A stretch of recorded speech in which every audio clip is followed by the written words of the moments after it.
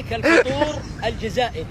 هذا الفطور الجزائري، أغلبية أهل الجزائر يفطر حلا، بالتالي طبعا بسبب الاستعمار الفرنسي كلات الفطور أغلبها لازم كل أنواع الحلا، لأن الشعب أغلبه بيفطر 5. كل هذه التشكيلة الريوق المغربي 95 درهم، دينارين ونص كويتي، $9. ويعطيك معها الشاي المغربي والعصير الأورنج. لكن الاستقبال والسيرفس شيء طيب.